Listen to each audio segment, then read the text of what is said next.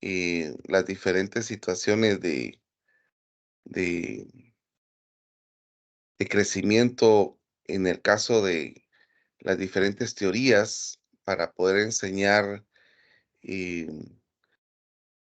el, el crecimiento de la enseñanza de la matemática, que es lo que a nosotros nos interesa. Entonces, ahí es donde nosotros vamos a empezar a visualizar eh, cómo es que ha ido evolucionando la didáctica juntamente con el entorno psicológico, guiándose por ¿cómo se llama? Por la parte de visualizar el contexto específico de visualizar eh, procesos cognitivos en el aprendizaje de matemática. Muy bien, entonces voy a compartir. Dame un momentito.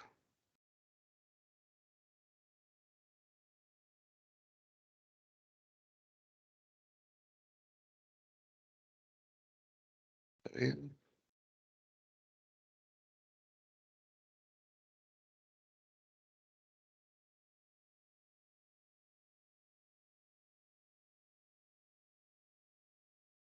está bien, quizá. Bueno, vamos entonces a iniciar con nuestro tema, que es la evolución de la didáctica de la matemática. Entonces, hablemos de antecedentes. Em, Aproximadamente habíamos estado hablando que en la década de los 50 se iniciaba con el proceso de la didáctica de la matemática. Y quería mencionar algo antes el desarrollo. Eh, en esta semana, el 16 específicamente, falleció uno de los considerados padres de didáctica de la matemática, como lo fue Guy Brossiu. Entonces, eh, quería que ustedes lo supieran, más que todo porque como en teorías de educación matemática estuvimos hablando de, de la teoría que había, de las teorías que había estado trabajando Guy Brossiu. Entonces, en el 2016, perdón, en el 16 de febrero, partió este personaje, siendo considerado, como les dije anteriormente, el padre de la didáctica de las matemáticas. Entonces, como estábamos mencionando en la década de los 50, em, se empezó toda la parte de buscar mejorar la enseñanza de las matemáticas bajo bastantes asignaturas que se tuvieron de las diferentes universidades de Estados Unidos. Obviamente, cuando se inicia un proceso, se comienzan a hacer intentos eh, muy pequeños, muy mínimos, para poder hacer reformas en la enseñanza de matemática. Entonces, ahorita, por ejemplo, ya estamos en el 2024, la didáctica de la matemática ha tenido un crecimiento muy, muy grande. Recordemos que anteriormente, pues nosotros nos guiábamos por diferentes corrientes psicológicas en el proceso de aprender.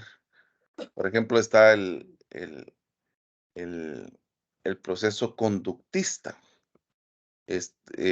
donde nosotros, bueno, casi todos fuimos guiados acerca de esta corriente conductista. Eh, la corriente conductista era la que nosotros éramos guiados bajo los objetivos, ¿verdad? Lo que importaba aquí eran los procesos de objetivos. Entonces, si ustedes se recordarán, en nuestro tiempo, bueno, no, hay algunos aquí que son muy jóvenes, pero si se recuerdan, habían algunos tipos de castigo para esta situación. A ver, alguien que pueda manifestar en su tiempo, eh, obviamente los más jóvenes no tuvieron esto, pero cómo eran disciplinados anteriormente.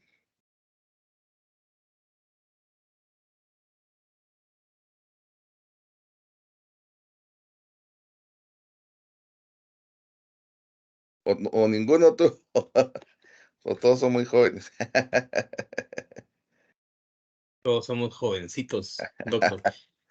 Muy Yo me bien. recuerdo que en mi caso, pues, tal vez fue un poco más, menos, traumático, pero lo único que logré yo experimentar fue que me jalaran de las patillas del pelo, ¿verdad? Un docente, que fue lo más, que violento, se podría decir. Muy bien. Sí, a mí también me jalaban de la apatía, más que todo recuerdo cuando es que yo era tremendo cuando era niño, pero, eh, por la misma situación de que yo era muy inquieto, em, a mí me amarraban debajo de las campanas, ¿verdad? ¿Cómo se llama? Yo no lo recuerdo muy palpablemente, solo recuerdo que mi mamá me comentaba que cuando ella me iba a traer, estaba amarrado debajo de la campana, porque yo provocaba mucho desorden en los diferentes grados, porque yo de pequeño, cuando decía que iba a ir al baño, pasaba gritando en todos los salones: "Recreo, recreo", para que todos saliéramos. Entonces, sí, era mucho castigo físico que se tenía en ese momento. Otra cosa que también recuerdo era cuando a uno lo castigaban poniendo los dedos, creo que le decían ajitos, para que pusieran los dedos y le daban con la regla, en los dedos para que uno sintiera el dolor. Entonces, esa era una forma que se guiaba por toda la situación de castigos físicos. Entonces, la corriente conductista es una perspectiva psicológica que se centra en el estudio del comportamiento observable y medible. Entonces, aquí hubieron bastantes psicólogos que fueron destacados en esta corriente, como está Iván Pavlov, eh, John Watson y, y Skinner, que eran los principales autores en esta situación. Ellos se enfocaron en cómo entender los estímulos ambientales y cómo afectaban las respuestas de un organismo que se basaba por ideas del comportamiento y puede ser que a través de la experiencia de los condicionamientos de refuerzo, que era lo que les estaba comentando. Entonces, habían situaciones que iban trabajando para poder señalar estas situaciones. Entonces, entre lo positivo que tenía esta, esta corriente era que había muchas personas muy respetuosas hacia las demás personas. Yo no sé si ustedes se recuerdan, pero em, antes el decir que alguien era docente era una situación muy respetable. Por ejemplo, ahí viene el profetal. Entonces, inclusive yo he visto todavía algunas comunidades, por ejemplo, que hay mucho respeto todavía al profesor. Por ejemplo, en Amatitlán, yo tengo un amigo que se llama Moisés Agiatás, y él es docente y es muy conocido en Amatitlán, pero en la región de donde él vive, que es San Jorge, em, el respeto siempre es intacto, porque cuando yo he caminado con él por allá, le dice: "Buenos días, profe", o sea, todos le dicen profe, todos lo conocen y le hablan con mucho respeto. Por ejemplo, otro amigo que se llama Juan Humberto Bosch, en la comunidad de San Juan, se tiene todavía mucho respeto hacia su persona. Todos van caminando, cuando él va caminando en San Juan, hay un respeto en su saludo, porque él es el director de la escuela de San Jorge, ¿verdad? Entonces, todos lo pasan saludando con mucho respeto. Inclusive, pues, eh, cuando, como fuimos a conocer un poquito más de San Juan, hay algunos que hasta cuando lo miran le regalan un poco de su producto. No, no es porque algo se espere, pero ellos lo hacen con el agrado de querer señalar su respeto hacia estas situaciones. Aquí en el campo urbano no es así, no es así. Inclusive, pues, para mí es de mucho asombro el visualizar que, eh, que inclusive cuando yo comencé a dar clases, le preguntaban a los estudiantes que quién quería ser profesor y nadie levantaba la mano, inclusive hasta risas se escuchaban, ¿verdad? Entonces, en muchos lugares, por ejemplo, en la zona urbana, sí se ha visto ese cambio de visualizar al docente, de minimizar inclusive sus contribuciones. Y eso que el docente es el que forma a todas las profesiones. Entonces, entre los aspectos positivos que tiene la perspectiva conductista, como le decía, es su enfoque por objetivos, y el estudio científico del comportamiento que se puede observar. Los principios de condicionamiento clásico y operante proporcionan inclusive algunas situaciones de conductas que ayudan a modificar específicamente, que ayudan a modificar algunas conductas. Por ejemplo, yo no sé si todavía sucede en la mayoría de escuelas, eh, pero cuando llega una visita a un aula, yo aún cuando daba clases en básicos y diversificado, recuerdo que las personas se paraban y decían buenos días. No sé si eso todavía sigue ocurriendo. No, No, ¿verdad? Muy bien. Ya es muy poco. Ya es muy poco. Bueno, eh, eso era sí, algo. doctor, disculpe. a- Ajá. Fíjese que en algunas comunidades aún existe. Este, Fíjese que mi escuelita aún todavía los niños saludan con la cabeza agachada, pero de igual manera, ¿va? Son raros los niños que realizan esa acción. Ya no en su totalidad como antes, pues. ¿Cómo ha ido cambiando? Bueno, pero es que también es lo que les digo, las nuevas corrientes psicológicas también van modificando. Entonces, esto es algo, bueno, yo preguntaba porque sí sucedía en el caso de una visita, por ejemplo, llegaba un profesor o el director al aula, todos se paraban y todo, porque era la indicación que ellos tenían en ese momento. Entonces, volviendo con lo de la corriente conductiva, la aplicación de técnicas conductuales también podían demostrar una manera eficaz, se podría decir en este caso, el tratamiento de diversos problemas psicológicos como las fobias y los trastornos de ansiedad. Eh, lo que sucedía es de que la simplicidad y la parte donde se replicaban los experimentos de conductas también son aspectos positivos que ayudaba para poder tener estas situaciones. Ahora, en el caso de lo negativo. Vamos a ver, porque como las diferentes corrientes tienen su positivo y tienen su negativo. Entonces, entre las críticas a la perspectiva conductista, em, está la simplificación del entendimiento de la persona. Solamente al centrarse en el comportamiento observable, dejando a un lado los procesos mentales internos, se podría decir así.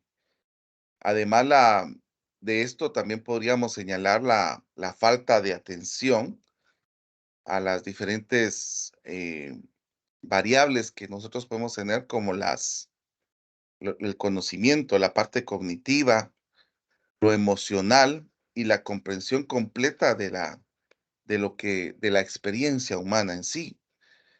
También en esta corriente se critica la visión mecanicista de los individuos, haciendo una reducción a responder a estímulos sin considerar la parte compleja que pueda tener en este caso.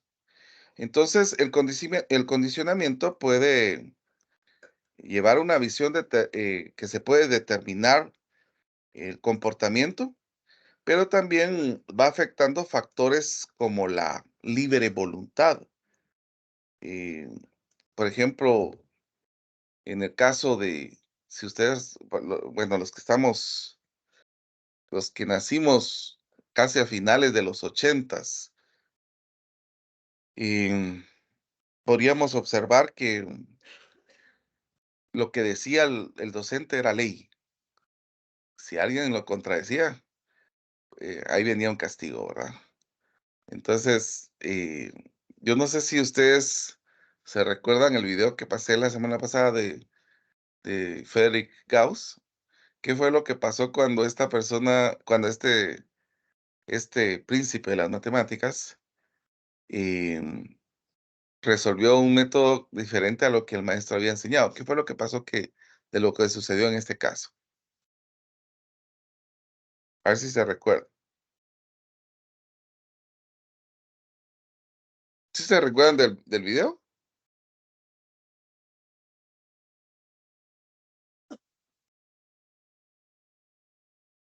¿Escuchan? Lo recriminó por hacer las cosas distintas. Lo castigó.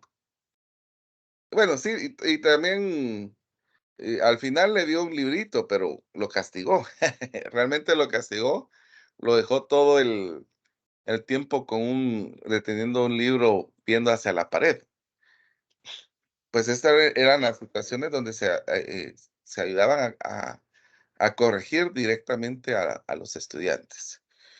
Miren, pues, em, a partir de la didáctica de la matemática, se empieza a buscar una corriente también, porque como para poder crear una didáctica de la matemática tiene que estar enlazado tanto la psicología, la pedagogía, la matemática como disciplina científica. Entonces, esa triada ayuda a formar la didáctica de la matemática. Entonces, ahí es importantísimo ver todos estos aspectos. Entonces, a partir de estos estudios de la década 50, empieza a partir del 4 de octubre del 57, donde está la ex Unión Soviética, y empieza ¿cómo se llama?, a buscar precisamente algo ya particularmente en la educación de los matemáticos. Aquí empezó la fiebre revolucionaria, donde surgieron a propuestas de los programas científicos de la matemática y hace lo siguiente, que se le llama las New Maths o matemáticas modernas que nosotros lo conocemos en este momento. Es importante señalar este aspecto de Rusia, porque si ustedes se dan cuenta, la mayoría de los mejores textos de matemática son los textos rusos, porque, por ejemplo, en álgebra, si nosotros escuchamos el nombre Sokowski, para los que estudiamos con álgebra de Sokowski, ese libro es buenísimo, realmente es buenísimo.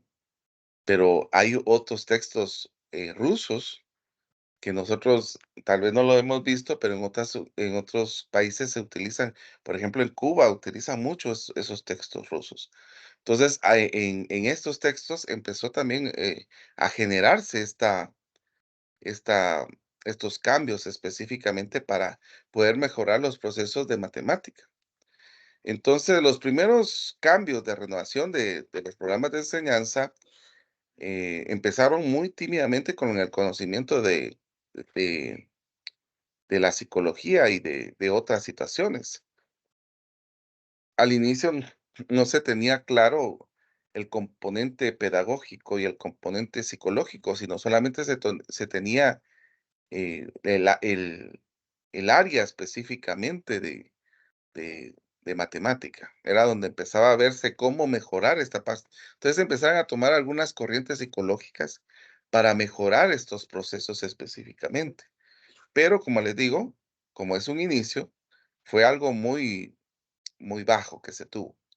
Entonces, aquí lo que importaba era que todo se rigiera bajo las condiciones de las ciencias. Eh, en muchos casos, tenía eh, la mayoría de priorizar inclusive el aprendizaje de matemáticas. Si ustedes se dan cuenta, por ejemplo, la corriente asiática todavía sigue poniendo como primordial el aprendizaje de matemática. Inclusive, pues, ¿cómo se llama? En el video que estuvimos observando la semana antepasada, los japoneses, los profesores de matemática, por ejemplo, de Japón, ellos están contratados su contratación es de 12 horas. Ellos trabajan en la mañana dando clases y en la tarde se quedan en una planificación para, para dar a conocer lo que iban a enseñar al día siguiente. Entonces, estos son supervisados por un coordinador de matemática y él iba a ver qué era lo que iba a enseñar. Entonces, cada vez se utilizaban esas situaciones. Entonces, la matemática, por ejemplo, en la cultura asiática, es importantísimo el manejo de las matemáticas. Y es por eso que para ellos, inclusive, un concepto primordial es que el que sabe matemática va a aprender lo demás. Y es por eso que su preparación es muy fuerte en este caso. Sin embargo, pues ellos todavía tienen un poquito guiado la situación de la parte conductual, porque como les dije, cuando los niños llegan a las escuelas, em, ellos limpian su salón y eso es algo magnífico. Realmente para mí es algo de imitar. Ellos limpian su salón, ellos em, preparan su clase, o sea, dejan todo nítido para poder recibir su clase. Entonces, llega y el docente tiene que ser bastante dinámico, perdón, para poder impartir esto y tiene que haber estudiado anteriormente qué es lo que se va a enseñar. Eso es muy diferente a lo que sucede en Guatemala. Si yo les pregunto a ustedes, y lo digo con mucho respeto, por favor, no lo tomen a mal, pero ¿cuántos hacen un diario pedagógico? Realmente son muy pocos. Vivi, yo, disculpe, no sé si estoy equivocado, pero usted estudió en PADEP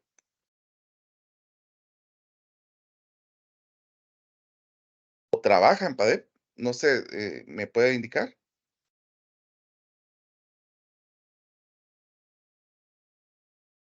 ¿Está por ahí, Vivi?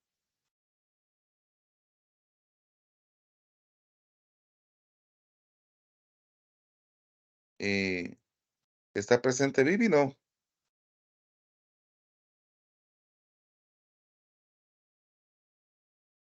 ¿El de ahí? Por favor, Doctor, comparta. sí estoy. Ah, bueno, Disculpe, es que no había abierto mi micrófono. muy bien. Eh, Vivi, ¿usted trabaja en PADEP o estudió PADEP? Yo estudié PADEP, el profesorado. Ah, va. Entonces usted me va a ayudar en este caso. Vivi, en PADEP, explíqueme cómo le enseñaron a dar clases. En PADEP la base para dar clases son las famosas técnicas de estudio, ¿no? Nos enseñan como que a ser más creativos con los niños. El tema se imparte a través de un organizador gráfico o se busca, enseñan imágenes que sean relevantes para el estudiante y que les llame mucho la atención. Incluyen lo que es el juego y las clases las realizan así a través de agenda. La agenda es así bien creativa y sí se utiliza mucho material didáctico. Eso es lo básico que se mantiene en PADEP. El de ahí, yo vi su mano levantada. Por favor, si quiere, hable ahorita antes de comentar lo que sucede con Vivi.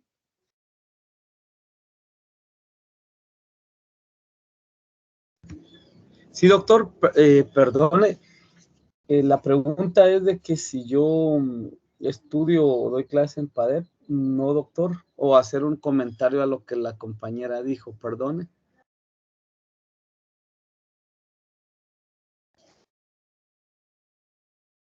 Es que yo vi su mano levantada, ¿el de ahí?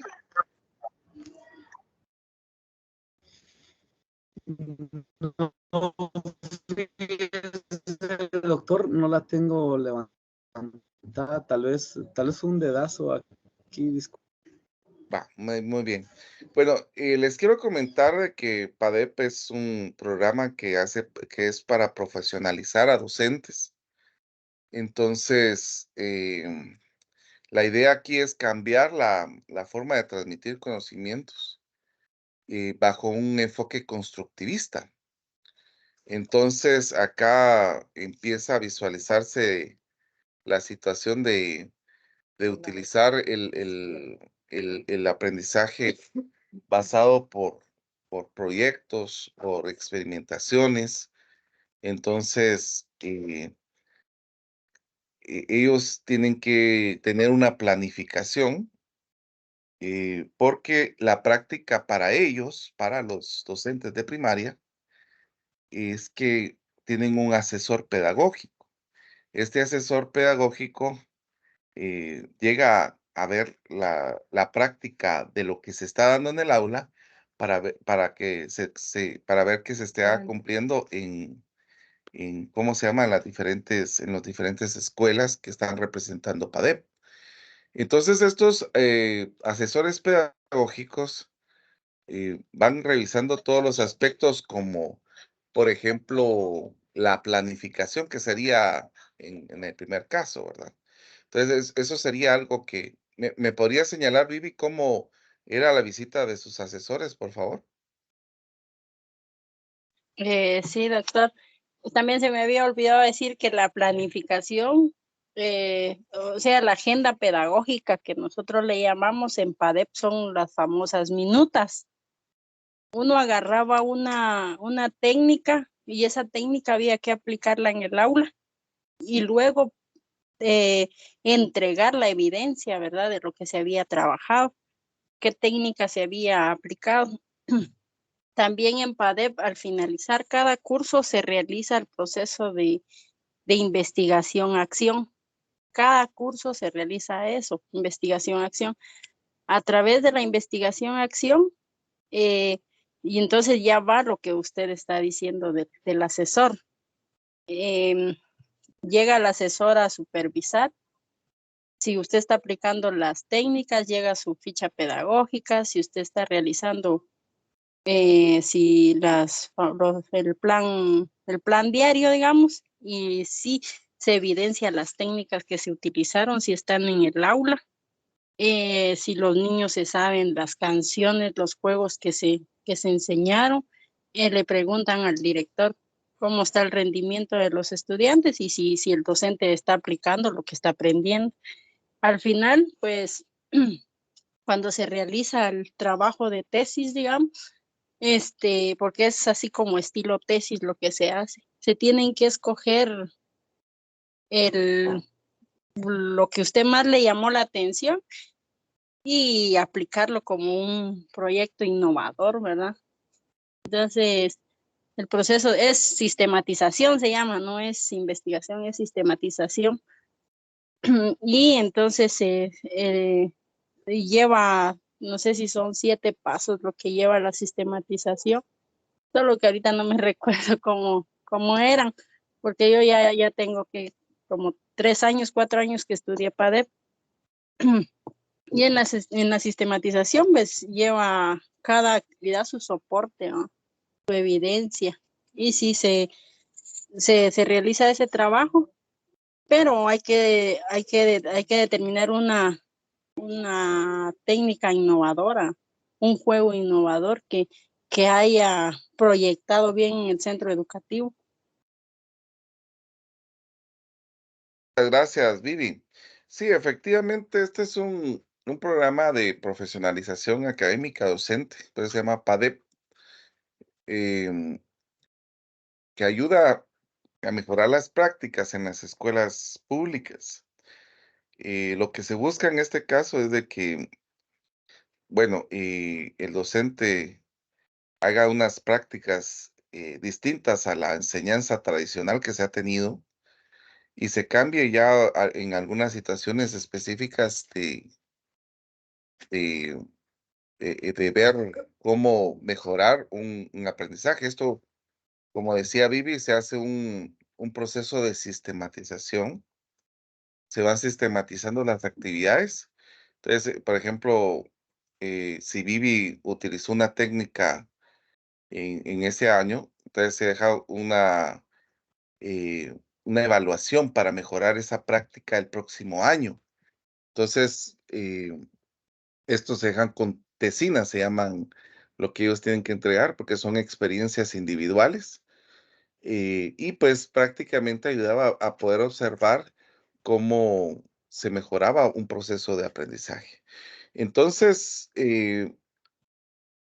es lo que se ha buscado también en el caso de aquí, Guatemala, buscar mejoras para la enseñanza, ya pasando lo que pasa que en el caso de nuestras escuelas que están aquí en Guatemala, si ustedes se dan cuenta, pues eh, es el único país que, que nuestros docentes son solamente egresados de nivel diversificado.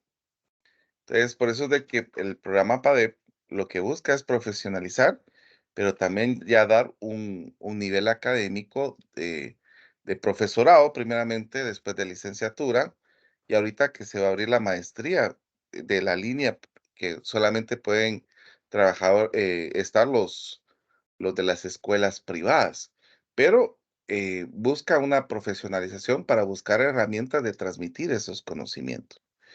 Entonces, los cambios, vuelvo a señalar, y aquí podemos observar que no, el PADEP ya tiene más o menos unos 15, 16 años de estar trabajando, estar profesionalizando a los docentes para que tuvieran ya un nivel académico universitario, pero ¿cómo se llama? En los otros países era totalmente diferente en los cambios que se tuvieron en la parte de Europa, se tenían muchos cambios para que pudieran ver un proceso y así tener mejores resultados de las personas que estaban de primaria, que pasaban a básicos, tuvieran más capacidades de las personas que estaban en básicos y que pasaban a diversificado, que se aumentara.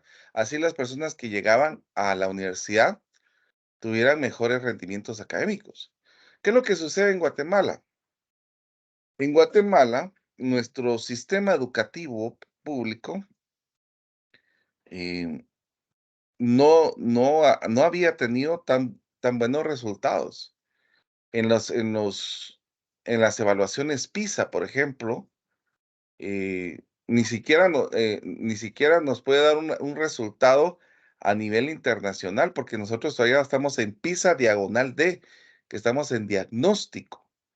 Entonces, esa es una situación que nos debería de poner en alerta, porque nuestros estudiantes, cuando han hecho las evaluaciones de graduandos, que se hace año con año, ha salido un nivel de matemática bastante bajo, y es por eso que nosotros ahí es donde tenemos que ir mejorando en los procesos de transmitir los conocimientos. Esto, como vuelvo a repetir, en Europa, en Estados Unidos, comenzaron en los años 50. Aquí en Guatemala, el conocimiento de una didáctica específica, el conocimiento de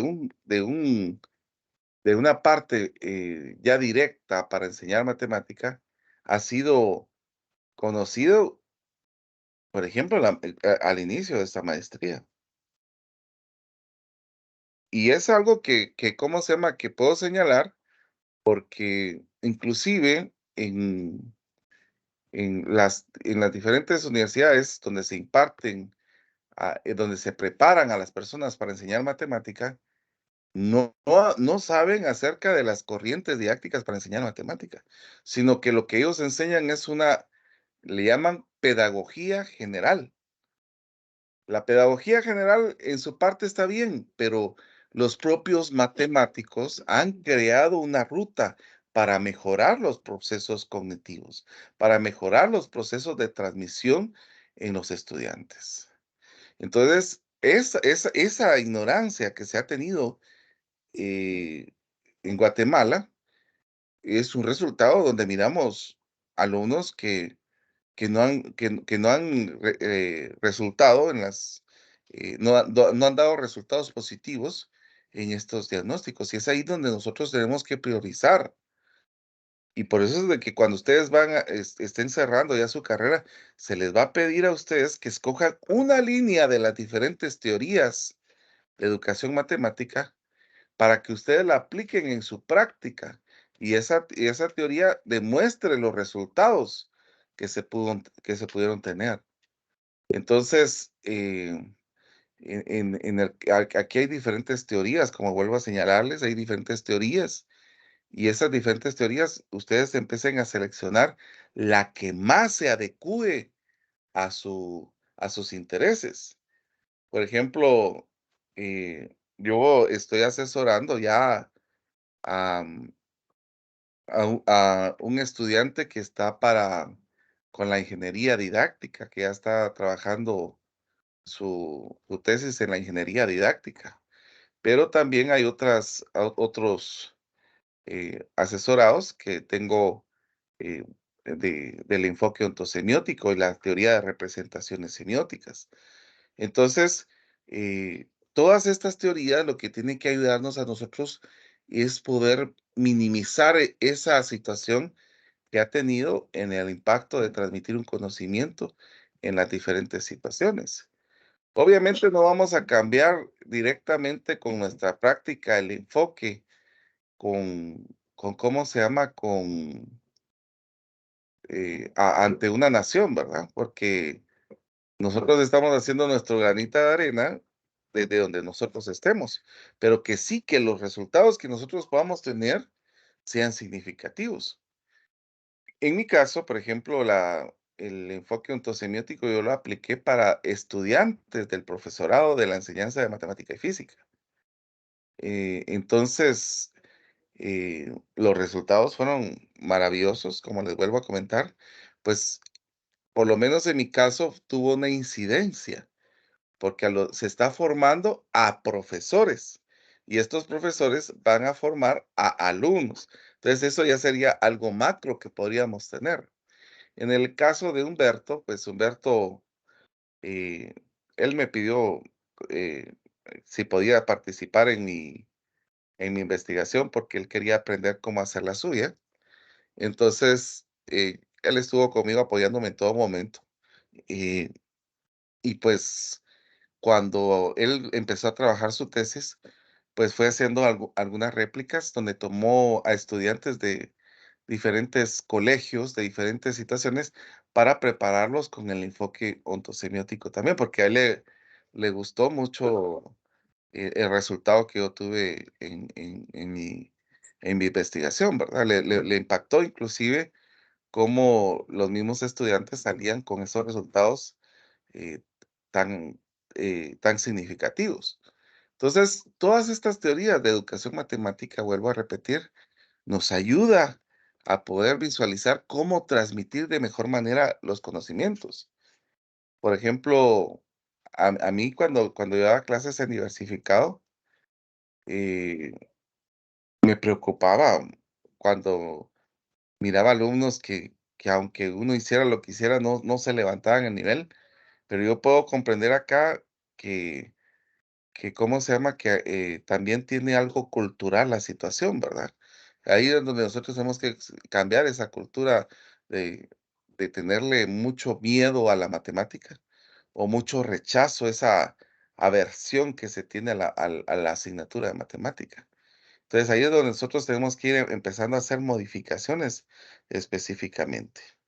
Entonces, Klein señalaba que en el proceso de enseñanza, más utilizado era el de la clase magistral del profesor, seguido de una sobredosis de ejercitación. Una de las críticas más frecuentes en los planes de enseñanza tradicional es que los alumnos aprendían a hacer las matemáticas de una forma maquinal, de una forma de máquina. Es decir, ellos memorizaban y repetían procesos y demostraciones y el resultado era un fracaso, ¿verdad? A ver, voy a dejar de compartir y no sé si hice esta pregunta con ustedes, pero me gustaría tenerlo nuevamente fresco. Levanten la mano, ¿quién fue preparado con Baldor en sus estudios? Solo 4, 5. Bueno, yo levanto mi mano también porque yo también. Bueno, 8 personas fuimos preparados con Baldor.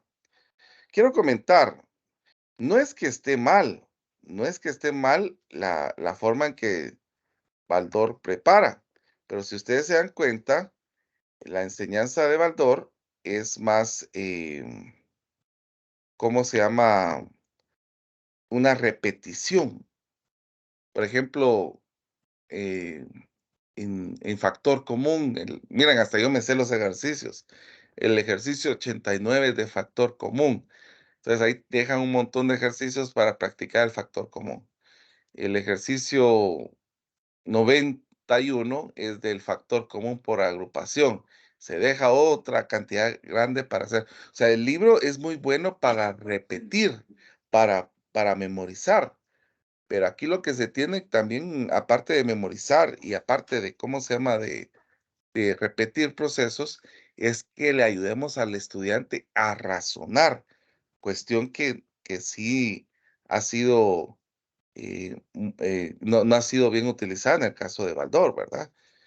Baldor para mí es un buen libro. Inclusive, si ustedes miran la geometría de Baldor, si ustedes miran eh, aritmética de Baldor, él hace demostraciones.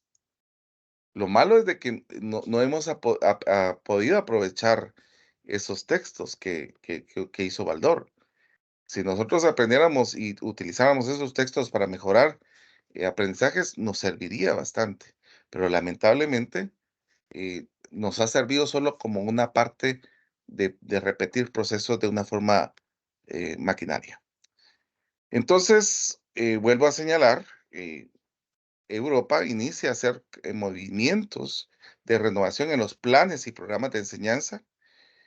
No se puede considerar como un periodo de renovación didáctica todavía en los años 50, pero sí un movimiento que buscaba la revolución en la didáctica de la matemática.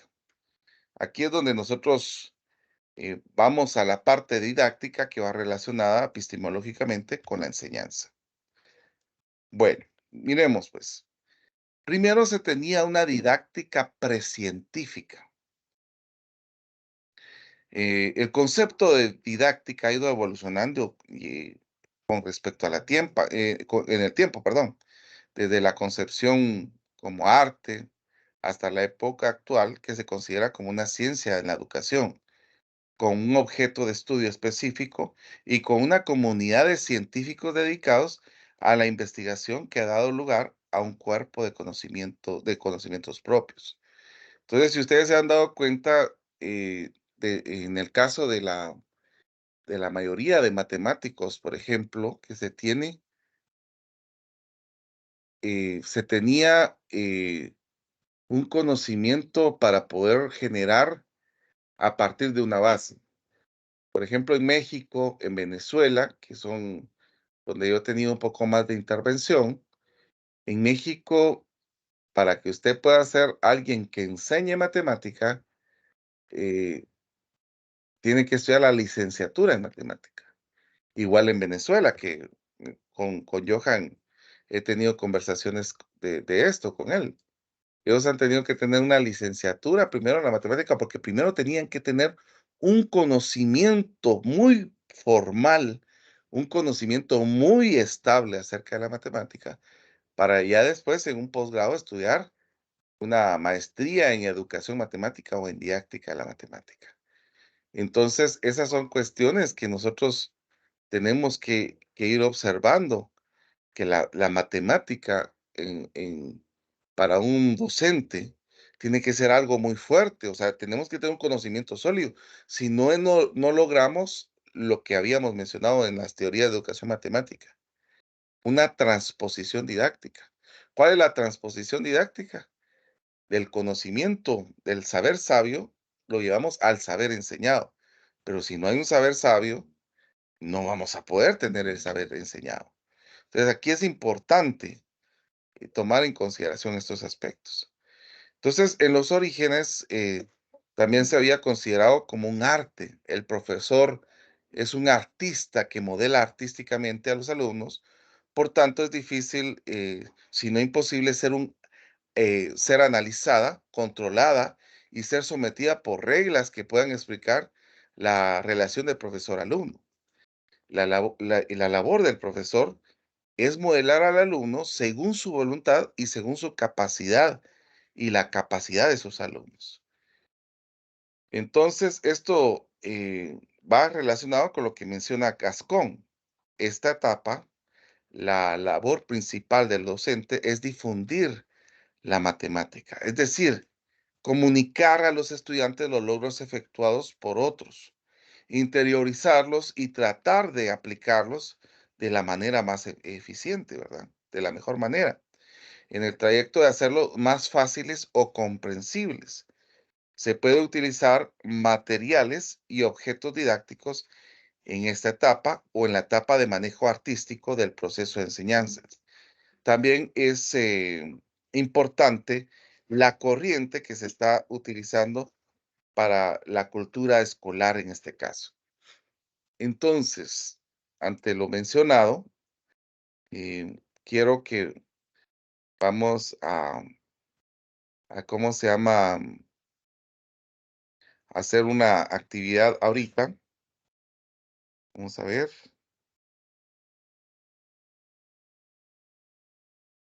La actividad que vamos a hacer en este momento, y lo vamos a hacer en grupos, solo permítanme un momentito, esto que se asigne automáticamente. Lo que vamos a hacer en grupos es hacer una comparación de cómo fui enseñado, de cómo fuimos enseñados y ¿cómo se llama?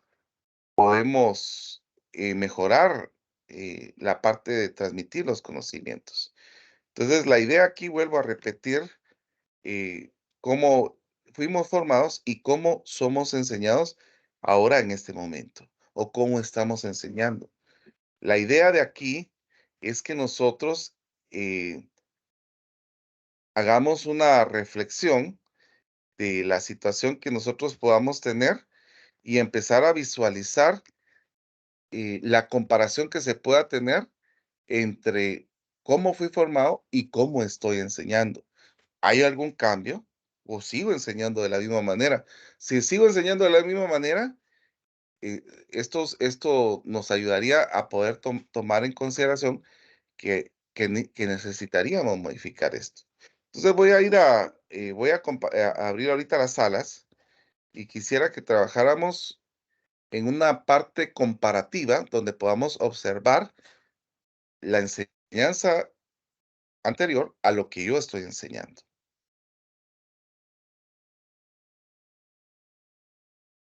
Después, pues como les digo, vamos a tener un momento donde ustedes van a compartir esta comparación. Entonces, hagámoslo en PowerPoint para que después compartamos ese cuadro comparativo.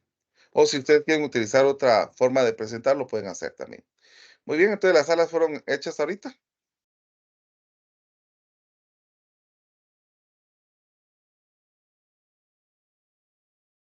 ¿El de ahí?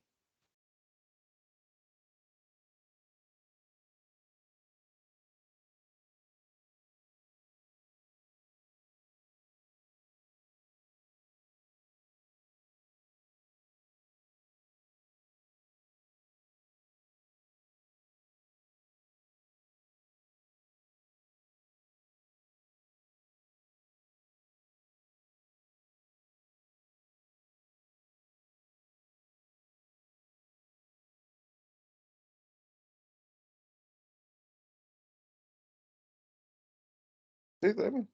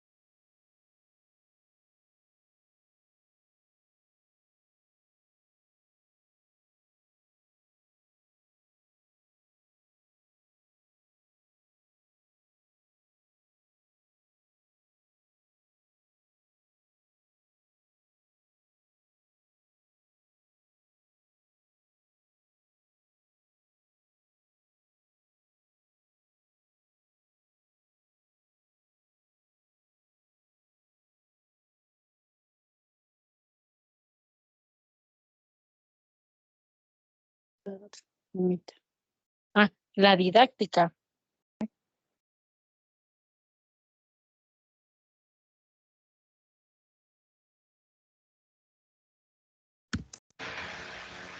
Bueno, ¿cómo estamos? Ya terminamos.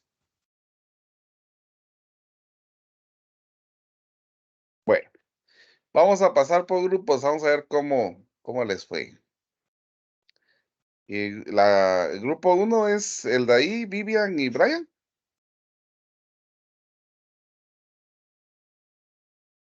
Ya terminamos. Bueno, le voy a presentar lo que escribimos con los compañeros. Espérame.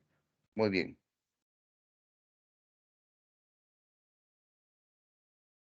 Esto es lo que llevábamos con los compañeros. No sé si se aprecia mi pantalla. Tal vez si lo puede poner en forma de presentación. Muy bien. Ahí está, donde dice presentar. Ahí abajito. Ahí está. Ahí está, ajá. La primera. Ahí está. Entonces nosotros colocamos aquí esto, educación tradicional versus educación innovadora. Comentábamos, ¿verdad? Que antes el docente decía la compañera Vivian, ¿verdad? Que ella trabaja en el área de primaria, que el docente antes para enseñar la suma y resta, pues utilizaba como ejemplo, ¿verdad? Los dedos de la mano, mostraba sus manos y empezaba a decir, tengo 5, me quitan 3 y me quedan 2 deditos. En cambio ahora, pues el docente puede, pues lo que nosotros decimos, ¿verdad? Que es bueno utilizar juegos lúdicos y material concreto que sea de una forma didáctica. Eso es lo que ahora actualmente se puede hacer.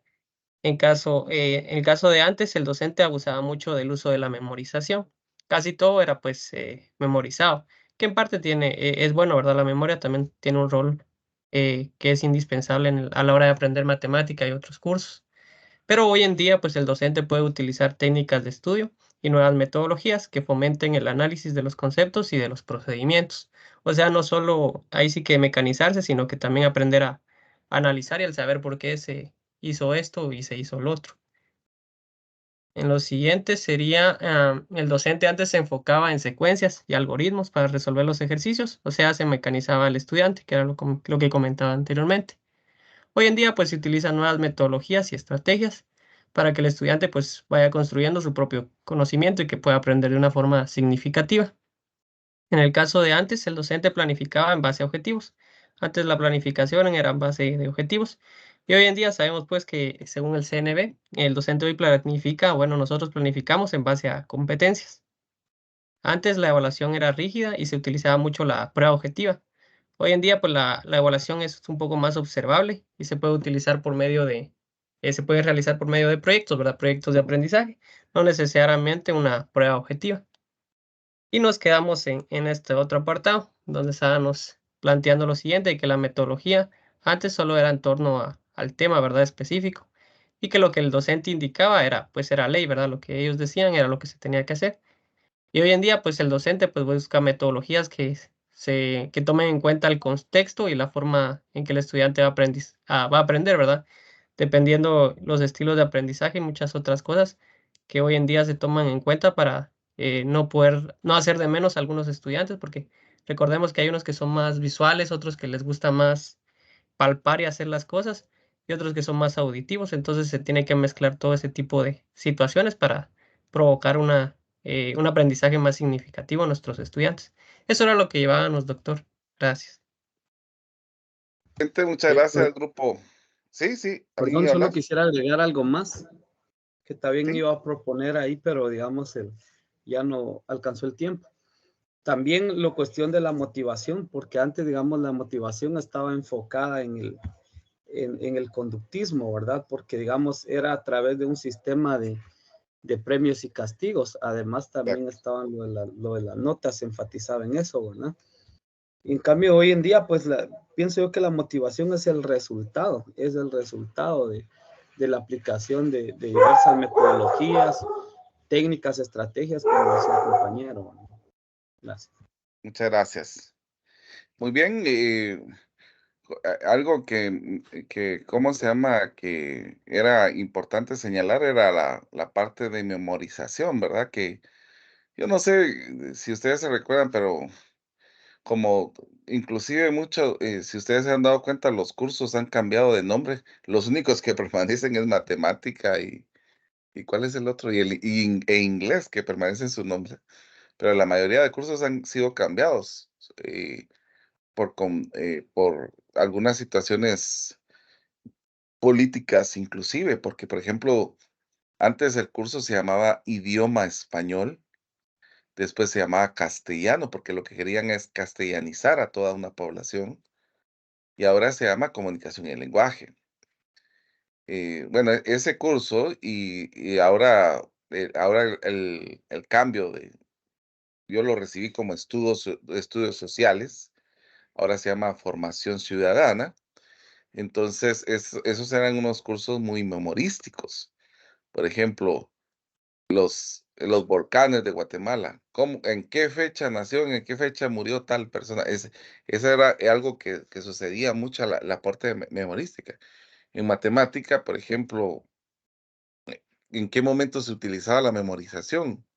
Tablas de multiplicar, ¿en qué otra cosa más? A ver, si se recuerdan, ¿en qué otra cosa más aparte de la tabla de multiplicación se utilizaba la memorización? En los números mayas, doctor, En los los números números mayas, romanos, el sistema de numeración. los sistemas de numeración. Y esos son cosas que todavía, miren, yo recuerdo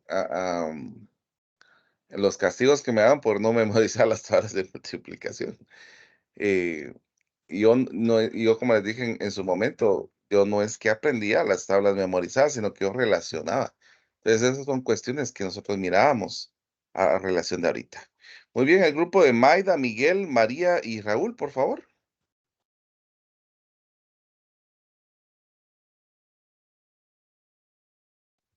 Ahorita voy a compartir, doctor.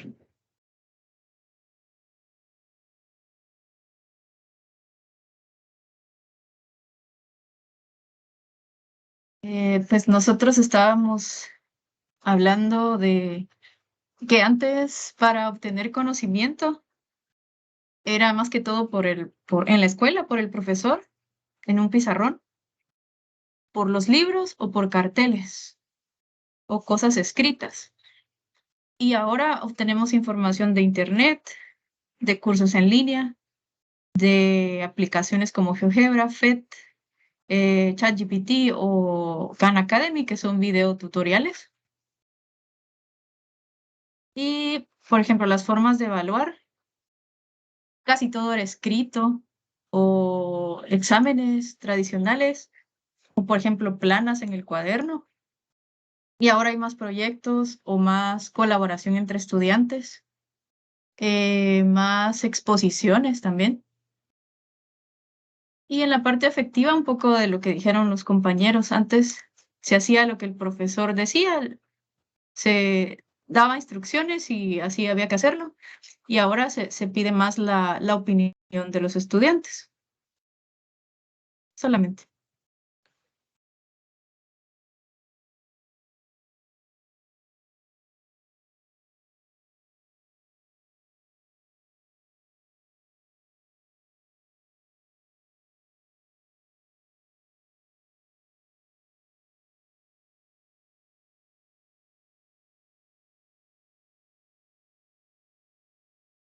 No le escucho, doctor, no sé si está Muchas en gracias, mute. María Fernanda.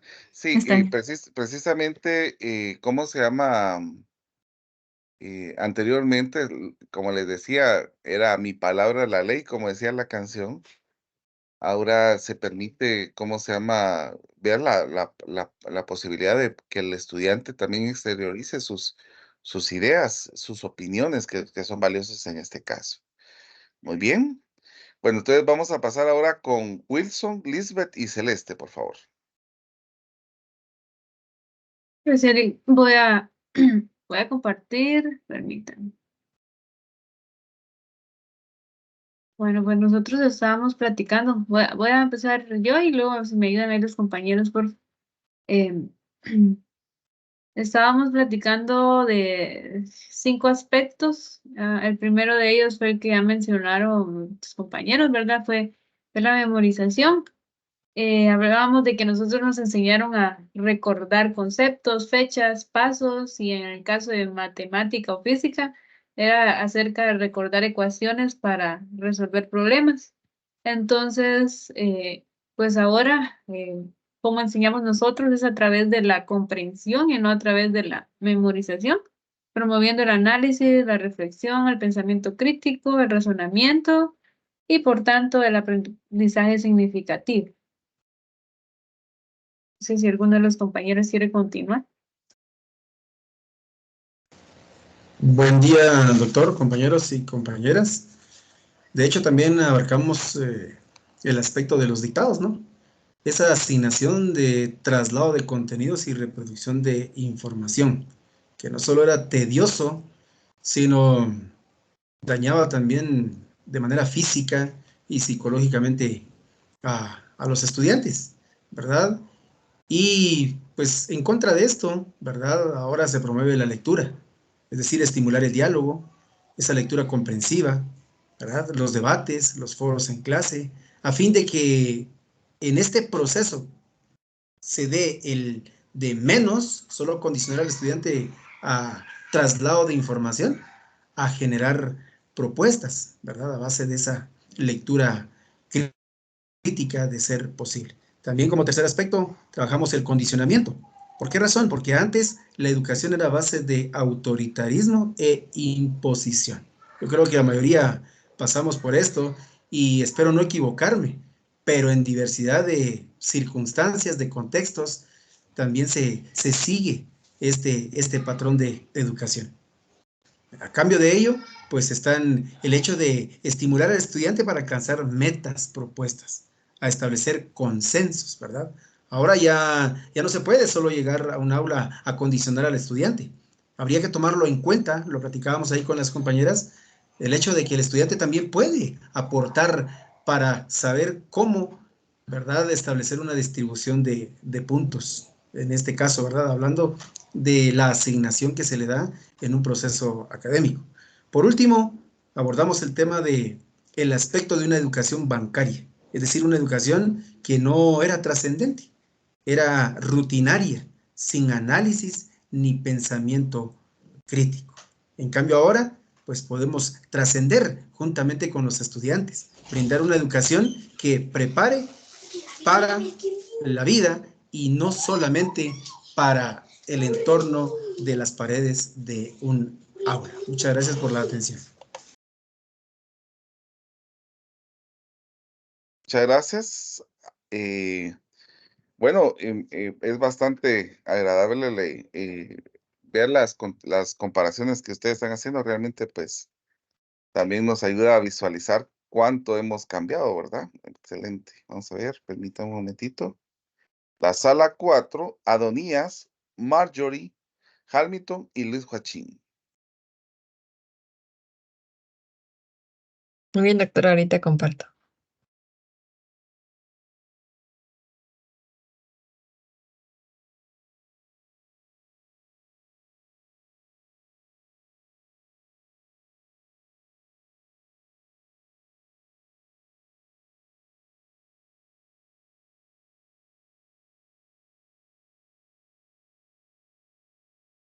Sí, doctor. En nuestro caso, pues, cada uno de nosotros expusimos acá nuestra forma, la forma en que fuimos enseñados y cómo estamos enseñando. Entonces voy a iniciar yo, luego mis compañeros me seguirán. Y tengo acá que el profesor, en mi caso, era quien, recuerdo, era una maestra en básico quien nos atacaba con muchos ejercicios y no solamente teníamos que hacerlos en el instituto, sino también en la casa. Y esto era cuando ella nos enseñaba factorización, productos notables, todos los casos. Y nos saturaba de todos los ejercicios que había en el libro. Teníamos nosotros que terminar en sí todos los ejercicios. Y la forma en que estoy enseñando es, evito dejar a mis estudiantes tantos ejercicios. Normalmente les dejo de 5 a 8 y procuro trabajar, por ejemplo, a veces 2 casos en una clase, ya que el periodo abarca 1 hora. Luego la forma en que aprendimos la matemática fue muy abstracta. Realizábamos los ejercicios en el cuaderno y era de llenar cuaderno tras cuaderno, o bien los realizábamos en hojas. Y ahora, como estoy enseñando, es em, que siempre estoy buscando algún juego para mis estudiantes y siempre que pueda incorporarlo a todas mis clases.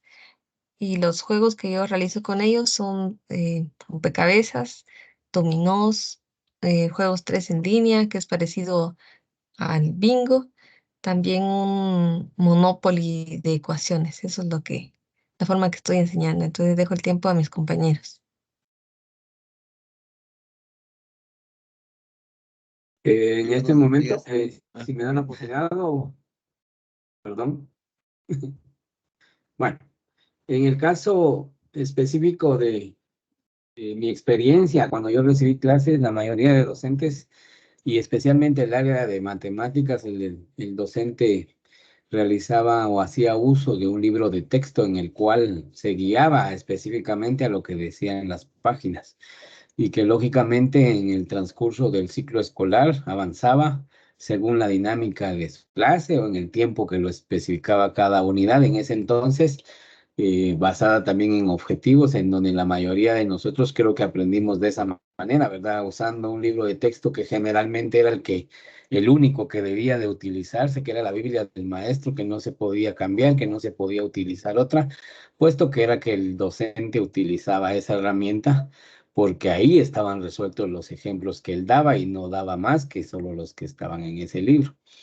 En la actualidad, creo que ahora como enseñamos, la mayoría de nosotros hacemos evidente el recurso, no solo físico, sino también especialmente el reconocimiento de las herramientas digitales, no solamente de libros digitales, sino también de plataformas que brindan y permiten que el estudiante pueda profundizar más en su aprendizaje y especialmente en el área de matemáticas sin la dependencia específica de tener al docente, de tal cual la mayoría de nosotros proyectamos y proveemos a los estudiantes la capacidad de hacer el autoaprendizaje, ¿verdad? Tener específicamente la opción a través de herramientas y a través de vínculos en donde el estudiante pueda hacer uso de esas estrategias para poder aprender y que su aprendizaje sea efectivo.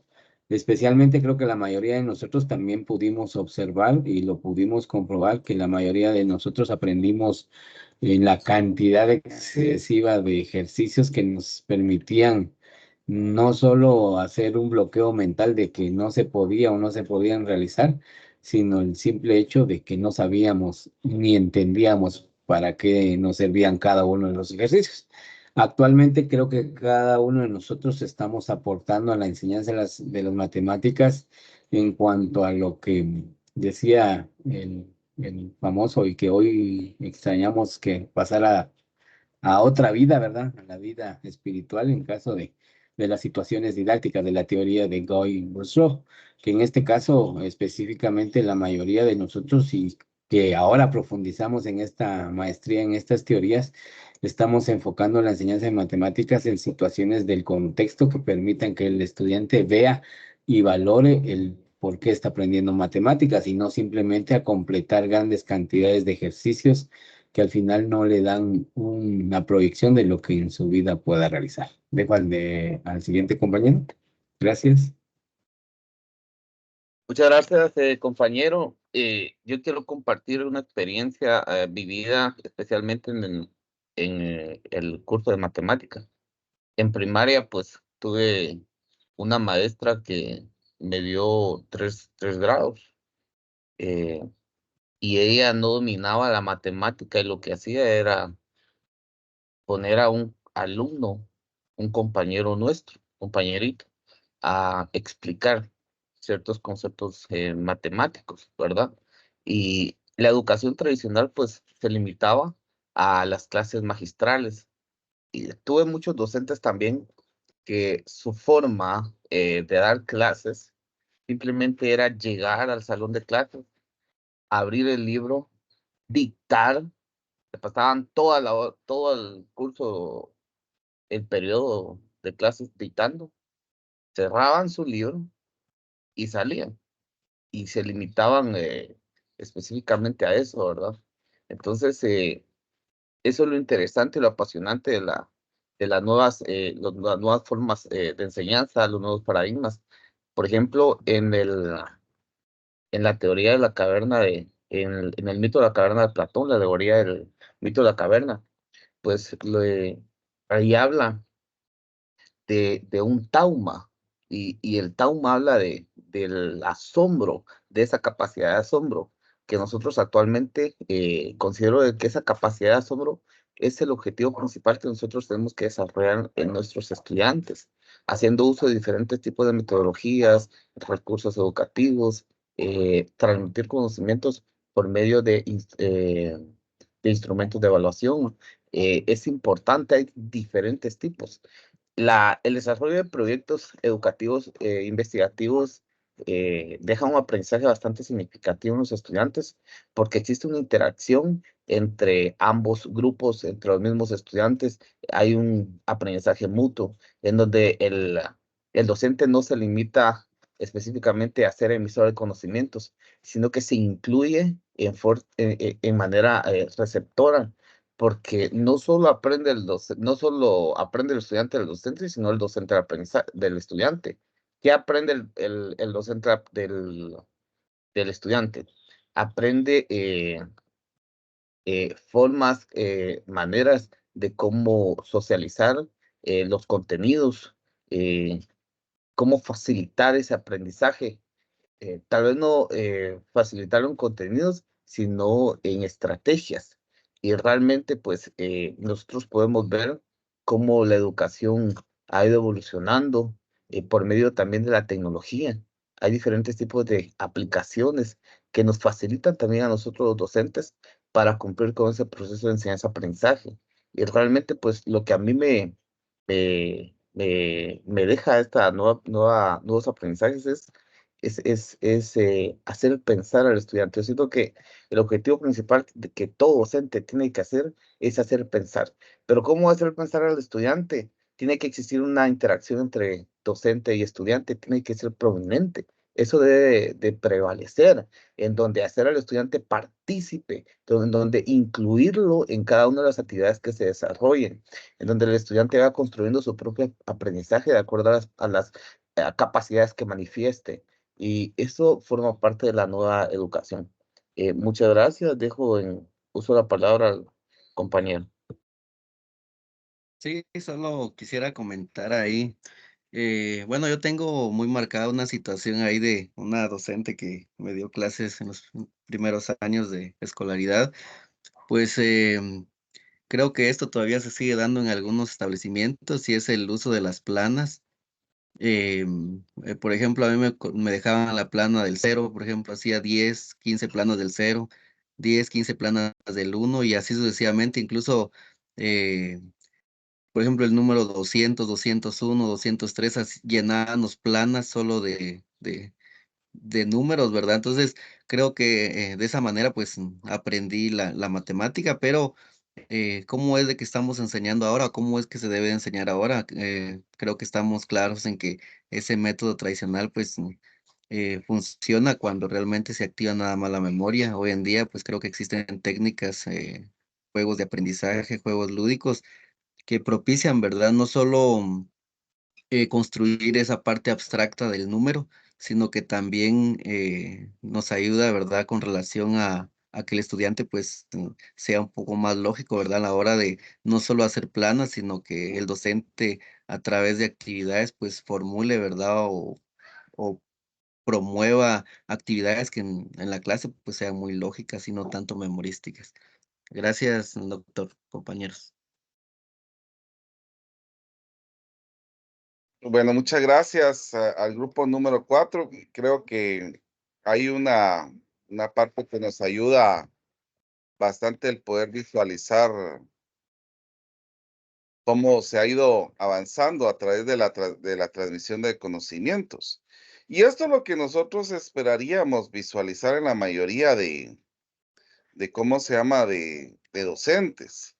Lamentablemente, pues, ¿cómo se llama?, nosotros esperamos el visualizar esa situación, pero no siempre, se mira. Entonces, ahí es donde nosotros tenemos que ir contrajiando o viendo a nuestros estudiantes cómo se llama, a nuestros compañeros de cómo cambiar estos procesos de enseñanza-aprendizaje. Entonces, eh, quiero comentar, y la próxima semana vamos a tener una actividad, em, y es por ello que voy a necesitar que ustedes tengan la lectura. Ahorita estoy compartiendo con ustedes eh, la lectura que se llama Didáctica de las Matemáticas y la Psicología. Entonces, lo que vamos a hacer nosotros con esta lectura, es tratar de hacer un wiki. ¿Alguien sabe qué es un wiki? Pregunto. No, doctor, yo no sé qué es un wiki, disculpe. No te da pena. Un wiki, si ustedes se han dado cuenta, hay una página que se llama Wikipedia. Ese Wikipedia es un editor, vamos a ver, pues, solo para que miren acá. Por ejemplo, si yo escribo, ¿qué les diré yo? El nombre de un artista, por ejemplo, y Tom Holland. Entonces, si usted se meta acá en Wikipedia, todas las personas tienen para poder contribuir acerca de la biografía, y todos van escribiendo algún título acerca de esto, para ir señalando las diferentes situaciones, y aparte se va a ir colocando las referencias para ir señalando esta situación. Por ejemplo, ese es un wiki de Tom Holland. Inclusive es un artículo y a la par está la discusión que se va teniendo en este caso. Entonces, en la plataforma, pero esto lo vamos a hacer, ahorita lo que a mí me urge es que ustedes lean. Vamos a leer, este está recurso, aquí dice lectura, tal vez vamos a poner aquí el nombre, Didáctica de la matemática y la psicología. Entonces, aquí está el texto, lo que ustedes tienen que leer. Ahora viene el wiki, las instrucciones para participar en el wiki, pero vuelvo a repetir, esto no se va a hacer antes, sino que lo vamos a ir construyendo el día domingo. Vamos a tomar el wiki sobre didáctica y la psicología. Es una oportunidad para profundizar la lectura que está anteriormente. El propósito es que se tenga para reflexionar, analizar y discutir los temas abordados sobre la lectura didáctica de la matemática. Será una plataforma para compartir ideas y puntos de vista y comprensión sobre la psicología que influye en la que enseñamos y aprendemos matemáticas. La participación, cada estudiante deberá contribuir al menos con 2 entradas al wiki a lo largo del periodo asignado. Las contribuciones deben estar relacionadas con los temas importantes abordados en la lectura, como la evolución de la enseñanza de las matemáticas, el impacto de la psicología en el proceso de aprendizaje y otros aspectos relevantes. El contenido de las contribuciones pueden incluir resúmenes, análisis crítico, preguntas para discusión, conexiones con experiencias personales, ejemplos prácticos, entre otros. Si se utilizan fuentes adicionales, es importante incluir las referencias adecuadas. Ahora, la estructura de contribuciones. Cada contribución debe estar claramente titulada y organizada en párrafos o secciones para una fácil lectura. Se alienta el curso de subtítulos o de viñetas para estructurar las ideas presentadas. Ahora, la primera contribución. Yo puse aquí antes del próximo domingo, pero va a ser el domingo. Entonces aquí obvien esto donde dice antes, porque va a ser el domingo que lo vamos a escribir.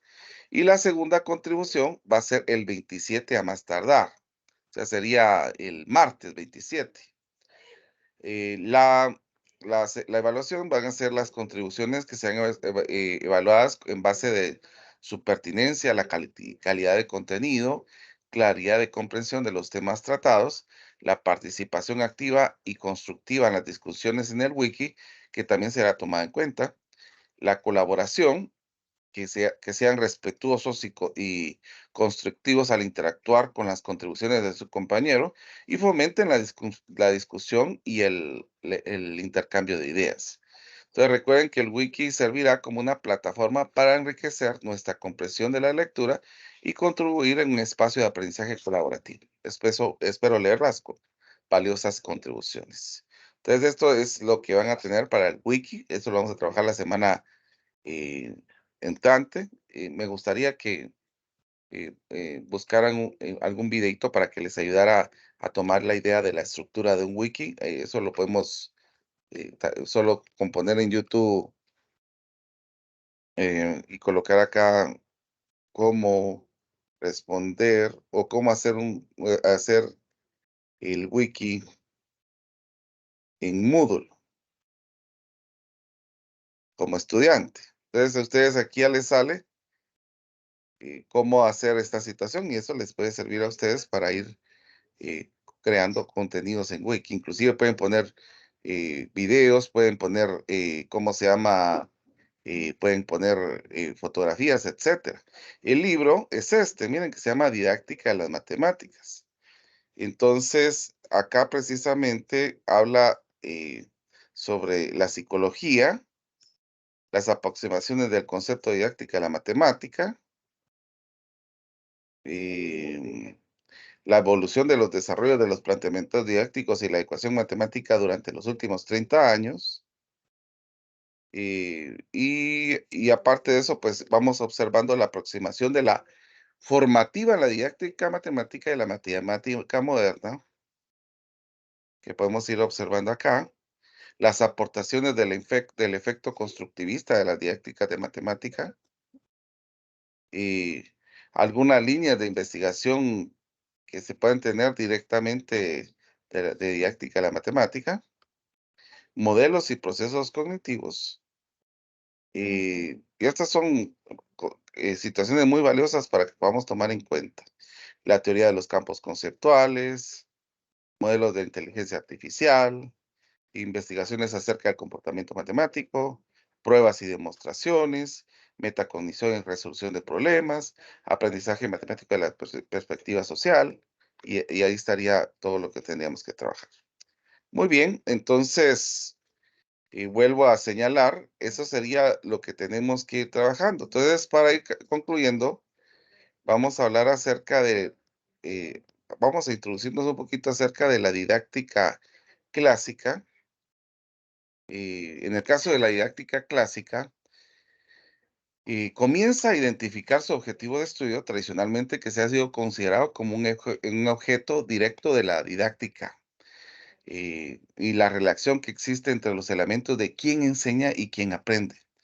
Aquí se prioriza los estudios de método de comunicación, la base de conocimientos del profesor que se tiene, y se hace un énfasis en el que aprende y prioriza sus enfoques como aprende dando lugar a los enfoques constructivistas y socioconstructivistas.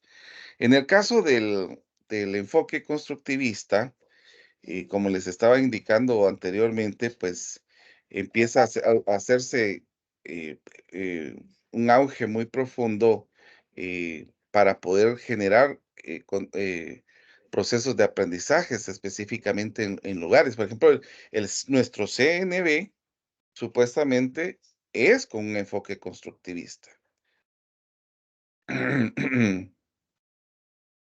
Entonces, lo que busca el enfoque constructivista es una perspectiva educativa y psicología que va destacando precisamente la contribución del individuo, de la persona, del estudiante, con su propio conocimiento. O sea, en este caso, se toma ya a partir también del conocimiento, porque todos tenemos un conocimiento.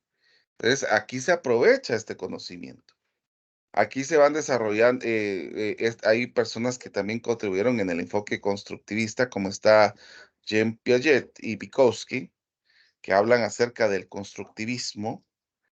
Y aquí lo que busca es el proceso activo en los cuales los individuos van organizando y construyendo significados a partir de sus experiencias. Por ejemplo, en matemática, ahí podemos ver una parte de la parte constructivista y del enfoque por competencias también, ¿verdad? Por ejemplo, si yo estoy dando clases en primaria, por ejemplo, eh, puedo tener una relación con la comunidad del contexto donde estoy dando clases.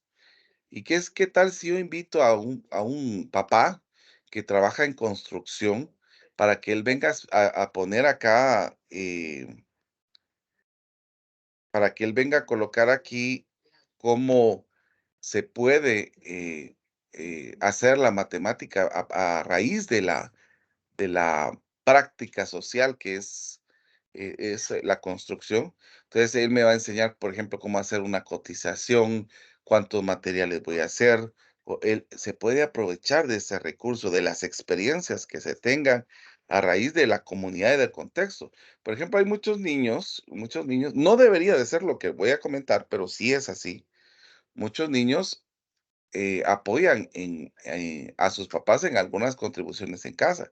Entonces, por ejemplo, cuando es sábado y domingo van a ayudar a sus papás a las construcciones, etcétera, etcétera. Entonces, ellos tienen algún conocimiento de más o menos cómo se va haciendo todo lo que el papá le va direccionando. Entonces, todos tienen un conocimiento. Aprovechar ese conocimiento y ponerlo en esta situación. Entonces, Piaget proponía que habían etapas de desarrollo cognitivo. Aquí hacía ¿cómo es? Descatar de la importancia de la adaptación y la asimilación del conocimiento, cómo iba tomando el conocimiento y cómo lo iba relacionando con el entorno. Ahora, en el caso de Vygotsky, buscaba la influencia del entorno social y la importancia de la interacción que se tenía con otros aprendizajes. Entonces, aquí era lo que se pasaba con la zona del desarrollo próximo. ¿Qué es lo que sucede con la zona del desarrollo próximo? Es que es como un río. Vamos a ponerlo aquí para que ustedes lo asimilen de esta manera. Permítanme aquí, vamos a poner aquí. Vamos a ver si tengo aquí la Mimeo. Va. Entonces, imagínense en este caso.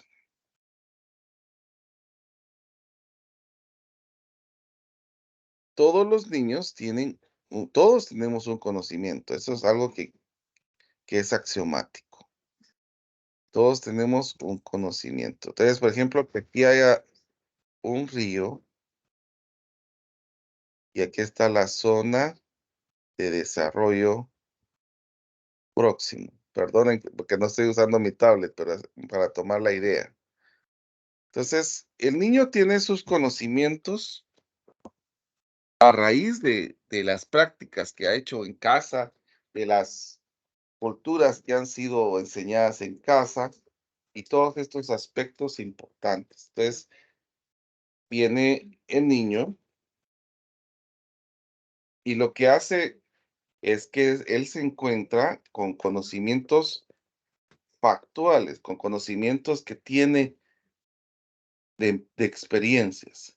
Entonces, ¿qué es lo que tiene que hacer el docente? Ser un puente que guíe al niño a conocer todo lo que se puede encontrar acá. O sea, el niño está encerrado en una práctica, entonces cuando el docente lo lleva a la zona del desarrollo próximo, va a poder conocer otros aspectos más valiosos de lo que se tenía acá. Entonces, eso es lo que se busca, lo que señalaba Vygotsky.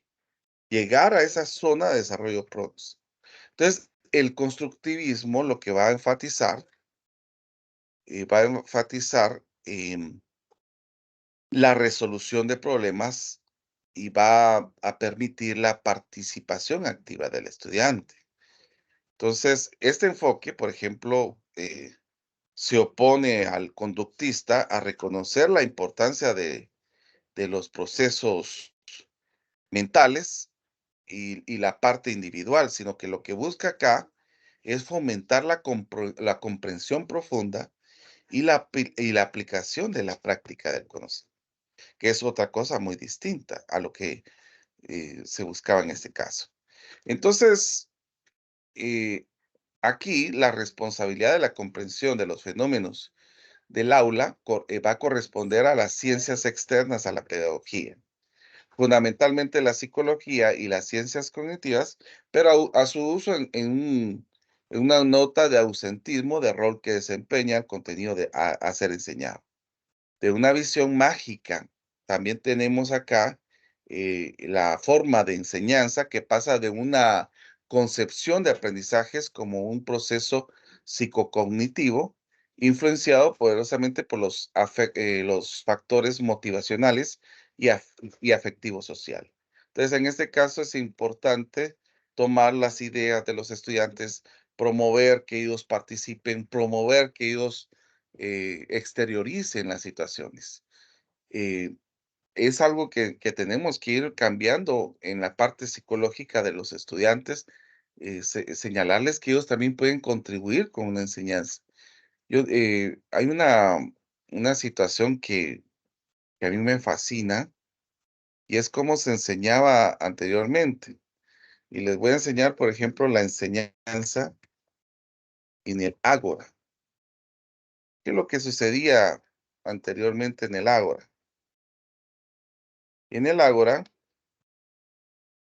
era una especie donde los estudiantes se sentaban y aquí presentaban una situación y ellos colaboraban. O sea, se proponía una idea y a raíz de la propuesta de la idea, todos iban participando a raíz de eso. Entonces ahí es donde podemos ir observando una colaboración, no solamente de la persona, sino que también se iba observando la colaboración de las diferentes personas. Por ejemplo, esta es una situación relevante de la película Ágora, que enseñaba precisamente cómo se exponía una idea y todos participaban precisamente a lo que señalaba, en este caso, la expositora que era Hipatia.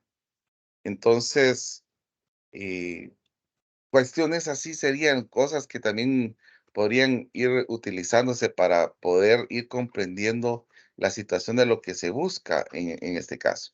Por ejemplo, voy a poner un ejemplo acerca de esto. Vamos a ver si nos da el chance. Pero voy a tener que compartir sonido. O mejor no voy a compartir sonido porque tengo problemas después de que después ya no me deja subir la idea de lo que quiero compartir con ustedes. Supónganse en este caso, en el Ágora, lo que se hacía anteriormente era una participación, se ponía una discusión y si ustedes se dan cuenta, pues todos participaban, todos contribuían a raíz de la idea que ponía su expositora en el caso de acá. Obviamente aquí surgían debates muy importantes, era la docente, que era Hipatia, la que enseñaba.